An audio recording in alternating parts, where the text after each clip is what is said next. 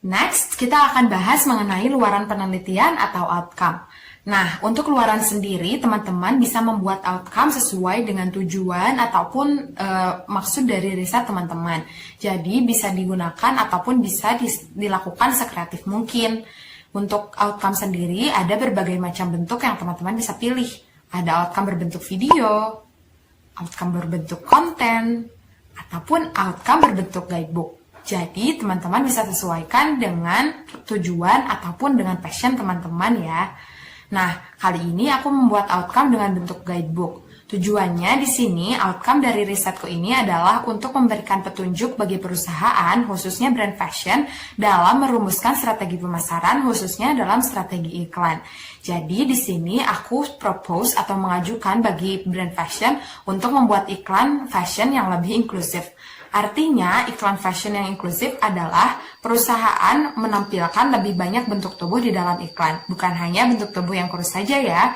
Jadi, akan ada lebih banyak customer yang merasa terwakilkan karena bentuk tubuh mereka ada di iklan. Nah, untuk detailnya, teman-teman bisa langsung lihat ke next slide ya. Nah, di sini aku akan share untuk khususnya bagi teman-teman yang ingin membuat outcome dalam bentuk guidebook. Nah, contohnya di sini harus tertera judul yang pasti dari outcome tersebut, kemudian juga ada ilustrasinya, dan jangan lupa juga untuk menuliskan nama-nama authornya ya. Next, kita akan bahas mengenai ide atau isi dari outcome penelitian.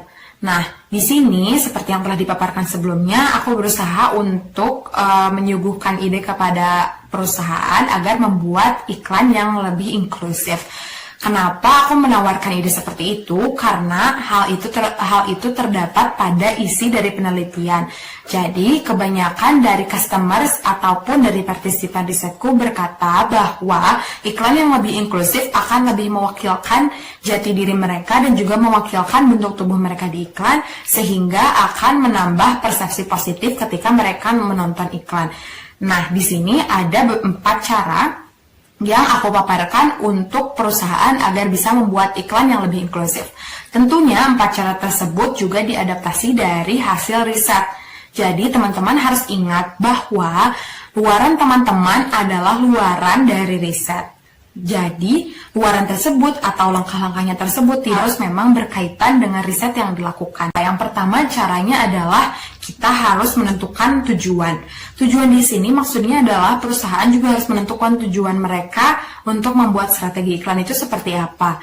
Nah, tujuannya juga harus berdasarkan metode SMART. Aku menggunakan metode SMART karena memang metode ini juga baik untuk merumuskan sebuah tujuan. Nah, metode SMART itu sendiri apa sih maksudnya? Nah, ini dia ya penjelasannya. Untuk yang kedua, langkahnya adalah identify target audience. Tentunya apabila kita akan berusaha untuk membuat suatu strategi, kita juga harus tahu siapa target dari strategi kita.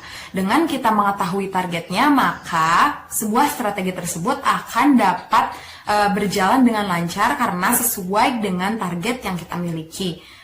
Sebenarnya, iklan yang inklusif bisa ditargetkan untuk perempuan ataupun laki-laki dari berbagai tubuh manapun.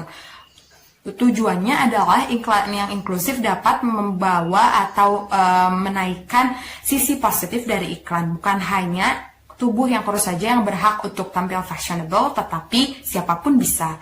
Nah, untuk mencari target audiensnya sendiri, biasanya perusahaan-perusahaan perlu membuat riset atau melakukan penelitian.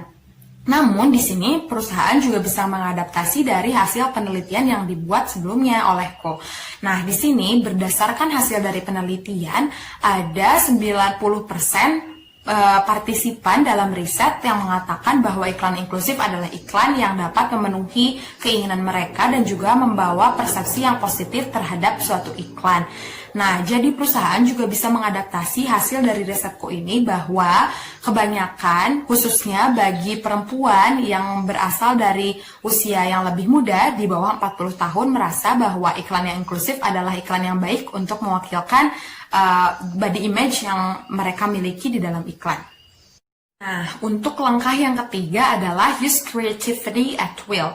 Maksudnya di sini perusahaan juga bisa mengeluarkan sisi kreatif dan juga ciri khas dari perusahaan tersebut. Ya, misalnya, jika perusahaan tersebut identik dengan warna putih atau warna-warna earth tone, maka perusahaan juga tidak boleh mengesampingkan ciri khas yang mereka miliki. Nah, tapi perusahaan juga jangan mengesampingkan sensory stimuli dari customer.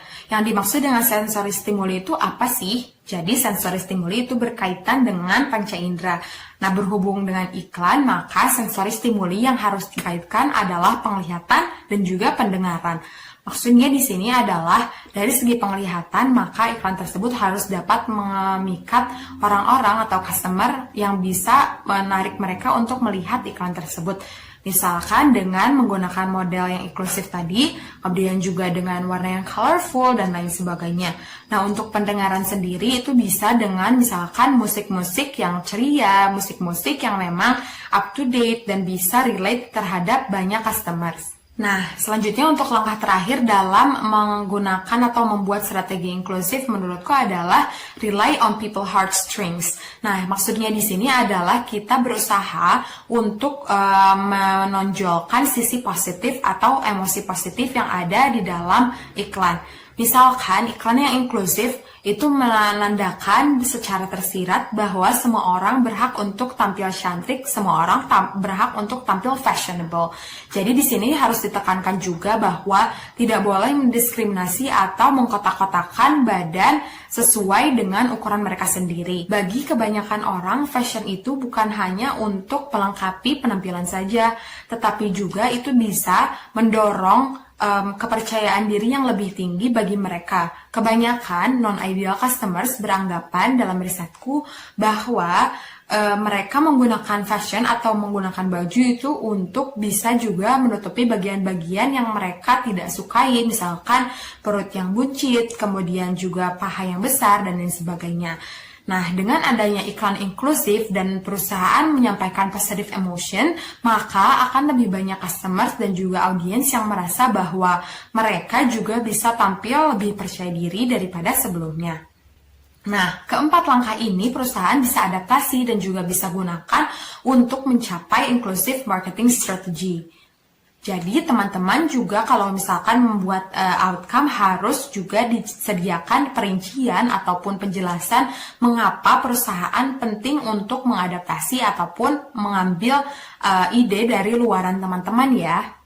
Tidak lupa aku juga memberikan contoh bagi perusahaan bagaimana perusahaan-perusahaan sebelumnya yang sudah menerapkan inclusive advertising dalam mempromosikan produk mereka.